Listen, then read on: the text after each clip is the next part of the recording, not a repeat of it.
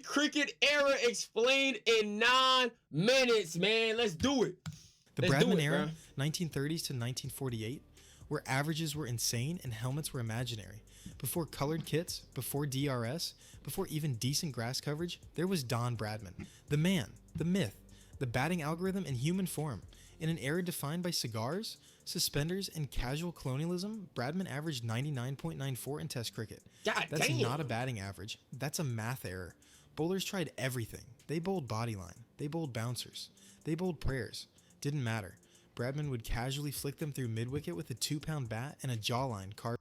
Bro, y'all have been telling me about Bradman over and over and over and over and over and over and over and over and over. Some of y'all really say that that's literally your number one batter. Like when I ask like who's everybody's favorite batter, bro, in the comment section, y'all always tell me Don Bradman. And if you new to the channel, bro, who is your favorite batter? Like who is y'all top 5 favorite batter of all time? I always gotta ask that because I get new people that be coming to the YouTube videos. Even if you're in the stream right now, tell me who's your top 5 batters. It don't gotta be in order. Just name your top 5, and yeah, we'll go from there, man.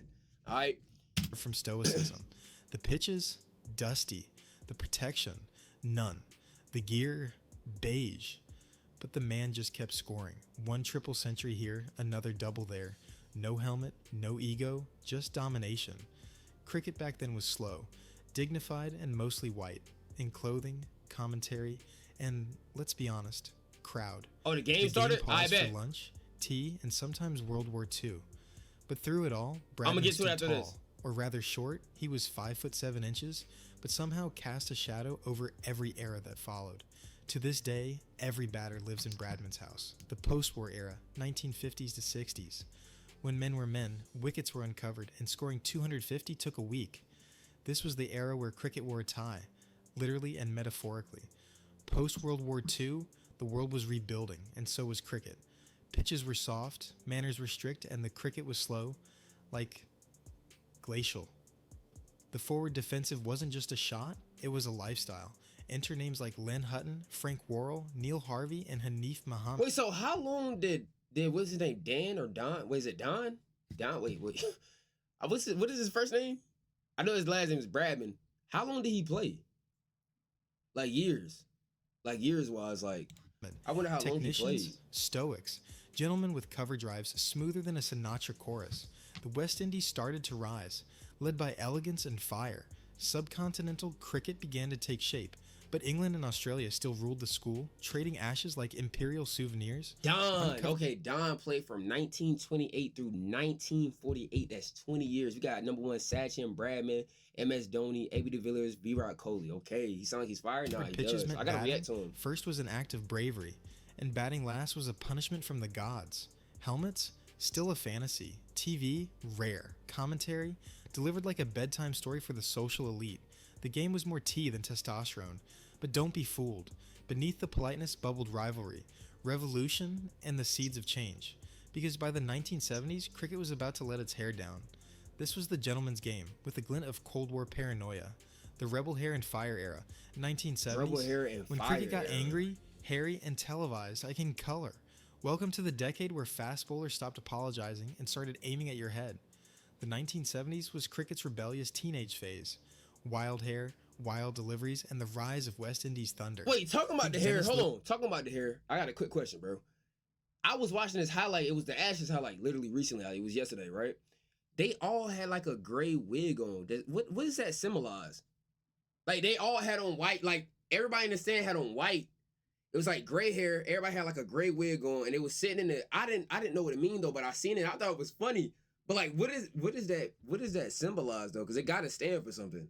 Snarling, Jeff Thompson unleashing 100-mile-per-hour rockets, and the Windies rolling up with an entire attack of nightmares.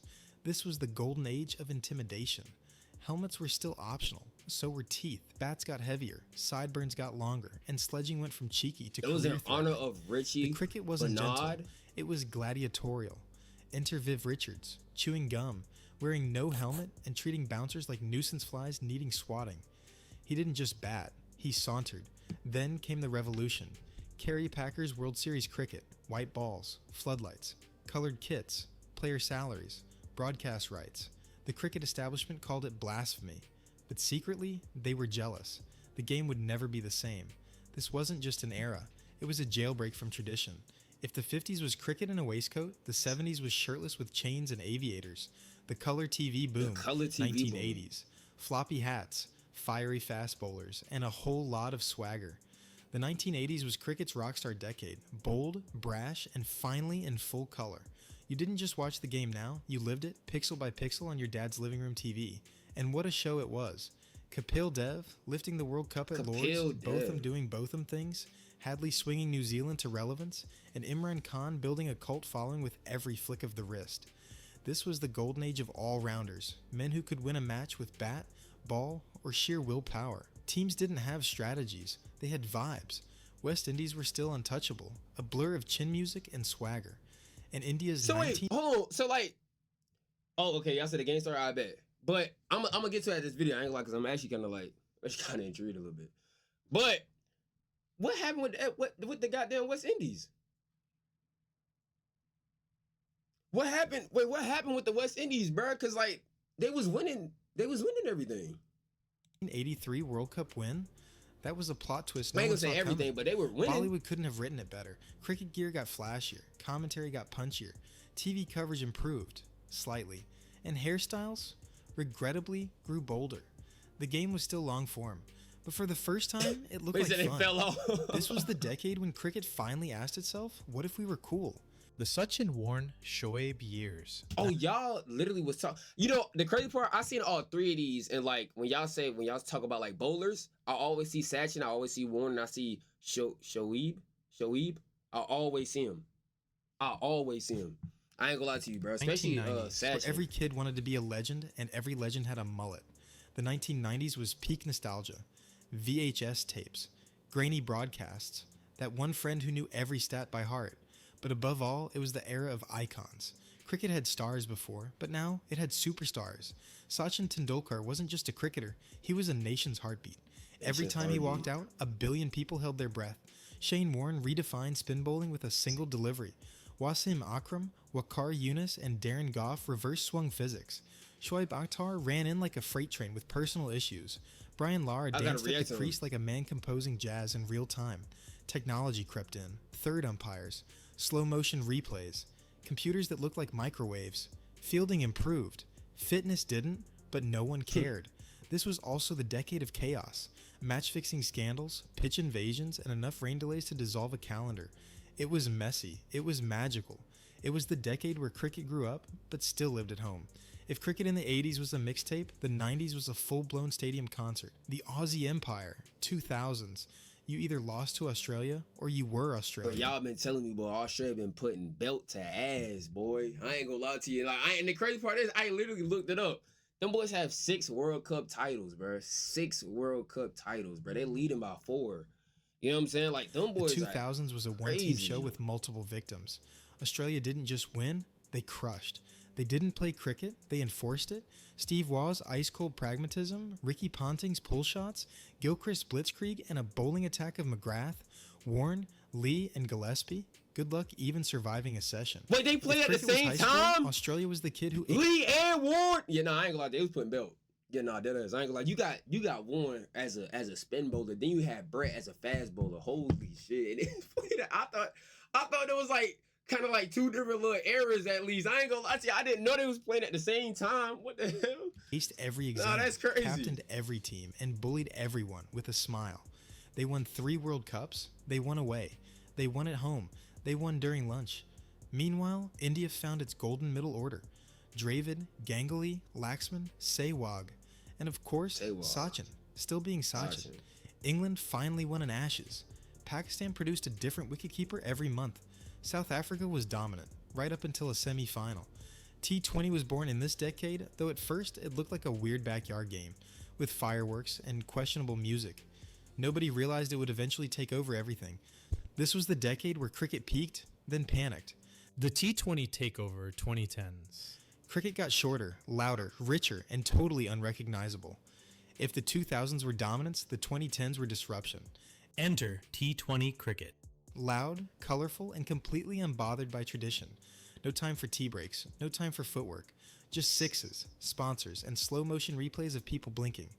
The IPL exploded, turning cricketers into Man, I rock can't stars. wait for the goddamn IPL, bro. Oh my gosh. You made this far in the video, bro. Who do you support in the IPL, man? I can't wait for the goddamn. I don't even know. But the thing is like, I don't know if I could pick a team, bro. Because it's like, you know what? I have to dedicate a stream where it's like, it won't be on YouTube because I get copyrighted. I have to do it on Twitch. But I'm going to dedicate a Twitch stream. And it'll be a couple. And I'm probably make it like a week long, and bro, I'm gonna go through like the teams because it's 10 teams. So I might make it like maybe 10 days. One day, every day is a new team to learn. I ain't gonna lie to you. One day is a new team. I feel like that'd be maybe like 10 days. And bro, I'ma literally have to learn about the IPL, bro, because I cannot wait for it, bro. The hype that y'all have been telling me. I cannot wait for the IPL, bro, for it to come, bro. Oh my gosh. And I got it, like literally, y'all have been telling me RCB. I seen RCB. I seen who else? Who else did I seen? It's like I think it started with like a M or something like that. I think, or like they got M inside of, or like a K. Bro, y'all have been telling me, bro, who to support, bro. I just don't want to be a bandwagon. I don't want to support the best team.